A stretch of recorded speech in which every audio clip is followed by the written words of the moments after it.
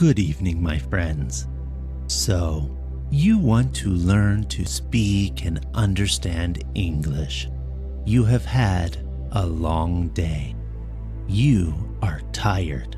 Lay down in your bed, close your heavy eyes, and let's listen to a story while we slowly fall into the arms of the English language. Andy McGee was a fireman and was detailed every evening to theatre duty at the Grand Opera House, where the Ada Howard Burlesque and Comic Opera Company was playing Pocahontas. He had nothing to do but to stand in the first entrance and watch the border lights and see that the stand lights in the wings did not set fire to the canvas.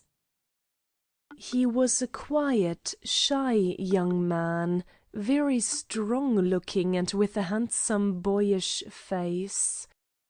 Miss Agnes Carroll was the third girl from the right in the first semicircle of Amazons, and very beautiful. By rights she should have been on the end, but she was so proud and haughty that she would smile but seldom, and never at the men in front. Brady, the stage manager, who was also the second comedian, said that a girl on the end should at least look as though she were enjoying herself, and though he did not expect her to talk across the footlights, she might at least look over them once in a while, just to show there was no ill feeling. Miss Carroll did not agree with him in this, and so she was relegated to the third place, and another girl who was more interested in the audience and less in the play took her position.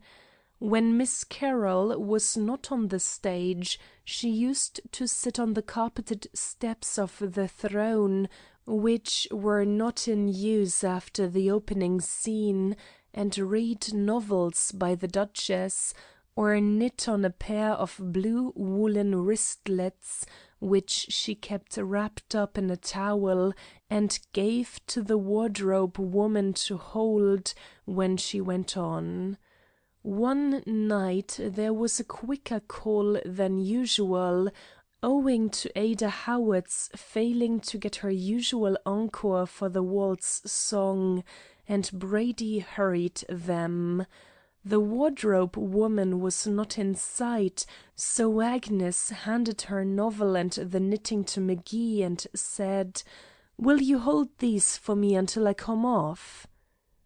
She looked at him for the first time as she handed him the things, and he felt, as he had felt several times before, that her beauty was of a distinctly disturbing quality.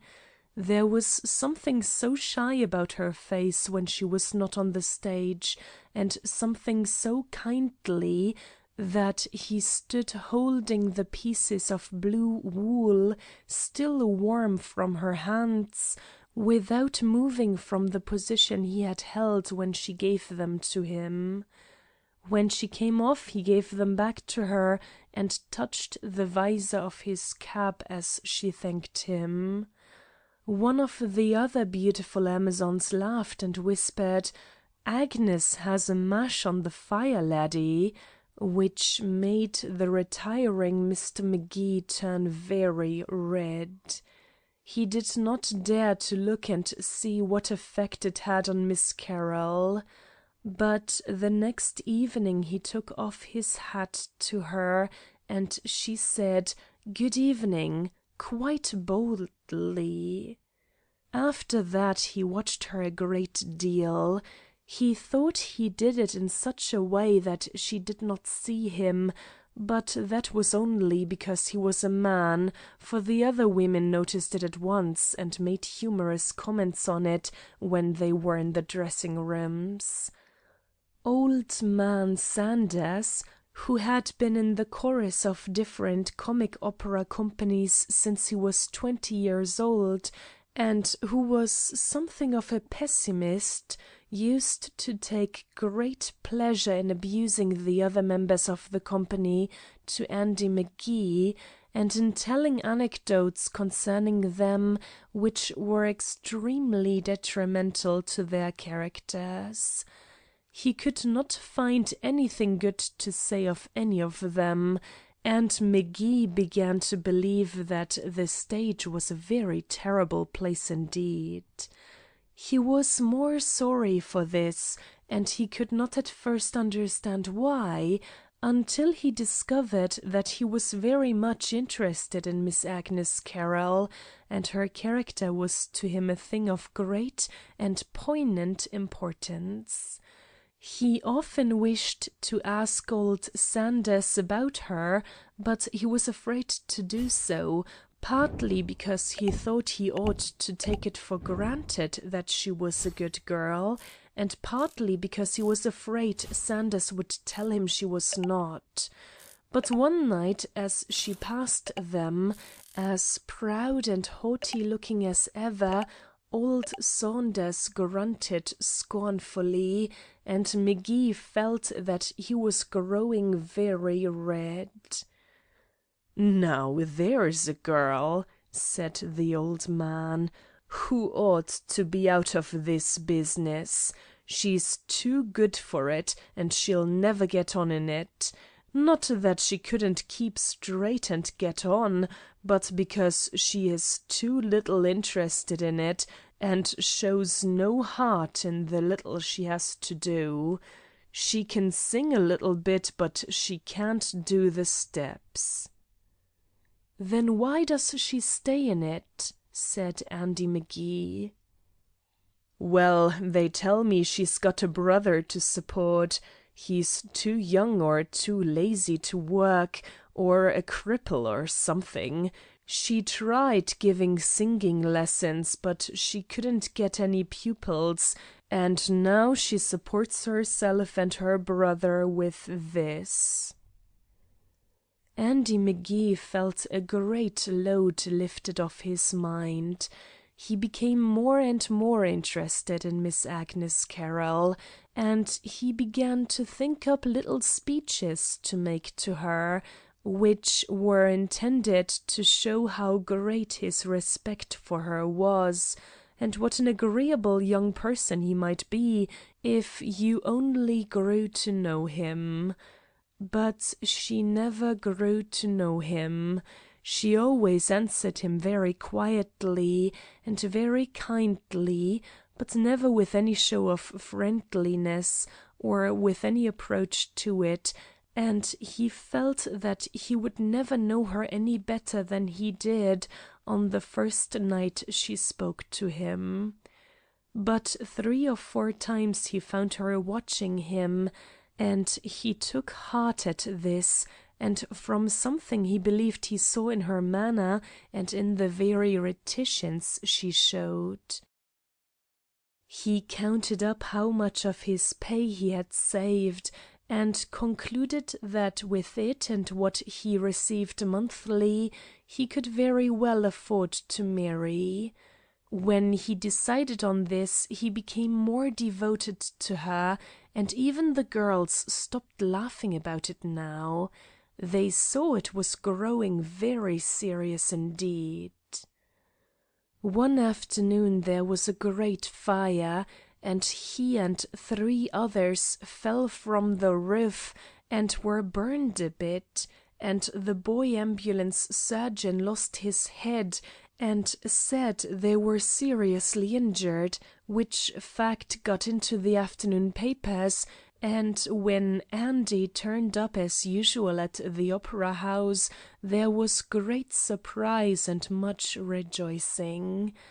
And the next day one of the wounded firemen who had had to remain in the hospital overnight told Andy that a most beautiful lady had come there and asked to see him, and had then said, "This is not the man. The papers said Mr. Magee was hurt." She had refused to tell her name, but had gone away greatly relieved. Andy dared to think that this had been Agnes Carroll, and that night he tried to see her to speak to her, but she avoided him and went at once to her dressing room whenever she was off the stage. But Andy was determined to speak to her, and waited for her at the stage door, instead of going back at once to the engine-house to make out his report, which was entirely wrong, and which cost him a day's pay. It was Tuesday night, and salaries had just been given all around, and the men and girls left the stage door with the envelopes in their hands, and discussing the different restaurants at which they would fitly celebrate the weekly walk of the ghost. Agnes came out among the last, veiled, and moving quickly through the crowd of half-grown boys and men about town, and poor relations who lay in wait and hovered around the lamp of the stage door like moths about a candle. Andy stepped forward quickly to follow her, but before he could reach her side, a man stepped up to her, and she stopped and spoke to him in a low tone, and retreated as she spoke. Andy heard him with a sharp, jealous doubt in his heart, and stood still. Then the man reached for the envelope in the girl's hand and said, "Give it to me, do you hear?" And she drew back and started to run, but he seized her arm. Then Andy jumped at him and knocked him down, and picked him up again by the collar and beat him over the head. "Stop!" the girl cried. "Stop!" "Stop like," said Andy. "Stop, do you hear?" cried the woman again. "He has a right to the money. He is my husband." Andy asked to be taken off theatre duty, and the captain did what he asked.